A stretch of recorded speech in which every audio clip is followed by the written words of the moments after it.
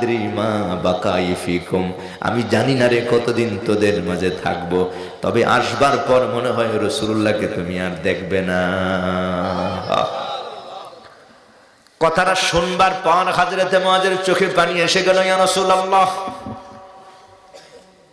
আমি বুঝি মদিনায় এসে আর আপনাকে দেখবো না? মুআযের কান্না বেড়ে গেল আরো। নবীজি আমার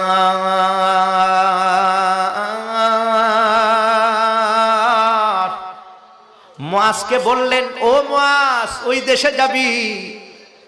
আমি তোমাকে জানাচ্ছি, ওই দেশের ইয়ামেন দেশের লোকেরা, এরা কেউ গাছের পূজা করেন আর কেউ মাছের পূজা করেন, কেউ বা লাতের পূজা আর কেউ বা মানতের পূজা, কেউ বা উজ্জার পূজা করেন। মুআজ, তুমি তাদেরকে গিয়া কি বলবা? নবী আমার বলল, মুআজ নামাজের কথা, রোজার কথা, হজের কথা হুজুর বললেন না মুআজ।